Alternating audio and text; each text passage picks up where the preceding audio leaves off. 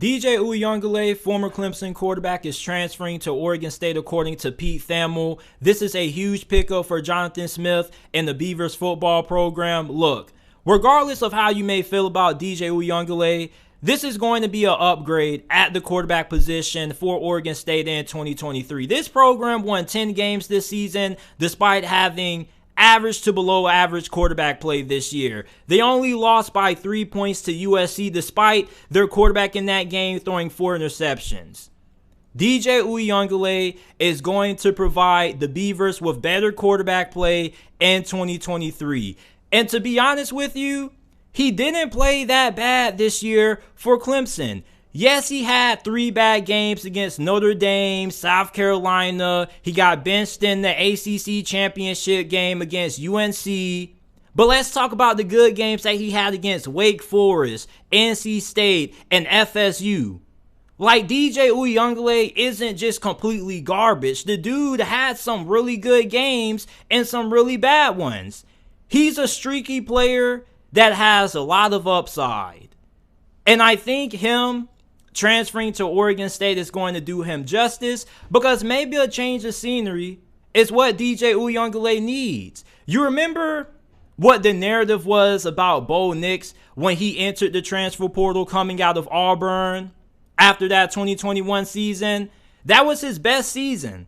And yet, Auburn fans made it seem like he was just completely garbage. He transfers to Oregon State, a team that had a better coaching staff, a really good offensive coordinator, because their offensive coordinator is now the head coach of Arizona State. And we saw what Bo Nix did with Oregon this year.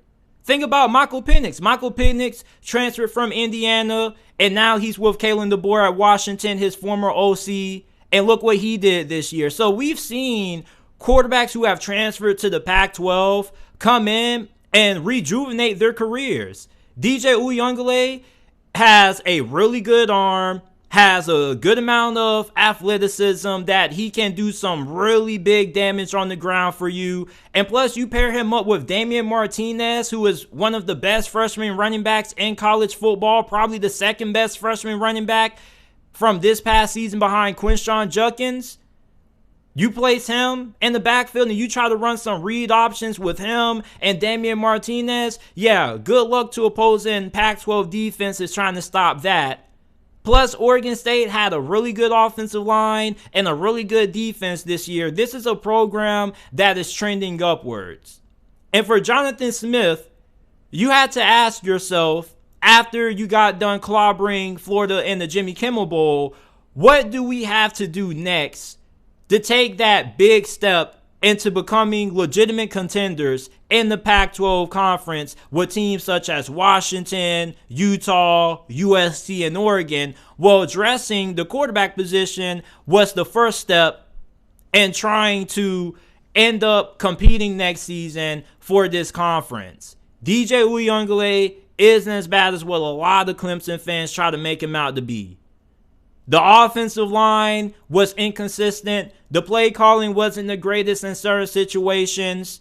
Yes, DJ Uiagalelei does deserve a good amount of criticism for the games that he struggled in, but it's not like Clemson was just this well-oiled machine all single year and DJ Uiagalelei was just the main cause for their problems. They had many questions about their offensive line going into this season and their offensive coordinator. And yes, the new quarterback that they put in replace of DJ Uiagalelei, Cade Klubnik, does look to be better than him. I think that DJ Uiagalelei going to Oregon State is going to be what he needs. Jonathan Smith does a really good job with quarterbacks. Even though the quarterback play this year wasn't great, it could have been way worse. And he was able to squeeze a little bit of something out of Bengal Brunson. And I'm wondering, what happens with Bengal Brunson? Does he stay? Does he compete with DJ Uiagalelei for the starting quarterback job during spring? Or is he going to end up transferring out, and this is without a doubt going to be DJ Uiagalei's job? We don't know, but I do think it's safe to say that DJ Uiagalelei is an upgrade at the quarterback position for Oregon State. And moving forward, if you're Jonathan Smith and you're trying to reach that next level and you're trying to be a legitimate contender in this conference, you have to get better quarterbacks. You saw UCLA just land a big quarterback commit a couple of days ago. You already see Malachi Nelson is going to end up replacing Caleb Williams, it looks like, at USC. So Lincoln Riley keeps the quarterback train going there. So if you're Jonathan Smith, winning 10 games was a huge accomplishment for you. But you also know it's going to be incredibly hard to replicate the season that you had if you don't have better quarterback play. I think DJ Uiagalelei is a step in the right direction towards Oregon becoming a legitimate powerhouse in the Pac-12 conference. With USC and UCLA about to depart for the Big Ten in a couple of years, Oregon State could end up being one of the teams to watch in this conference when USC and UCLA will leave. You're going to have Utah there. You're going to have Oregon and Washington. And then who else? Oregon State is a program that is on the rise. If you haven't been watching a lot of Oregon State football, you need to watch some highlights from this season of some of the games that they played. This is a team that is incredibly well coached. They have a really good coaching staff. They have a really good head coach in Jonathan Smith. And with them landing DJ Uiagalelei, I think that this is definitely a team to watch in 2023. Regardless of how you may feel about DJ Uiagalelei, he's going to provide Oregon State with a better option at the quarterback position compared to what they had in 2021. Once again, DJ Uiagalelei has transferred to Oregon State according to Pete Thamel. Let me know your thoughts about this move down in the comment section down below.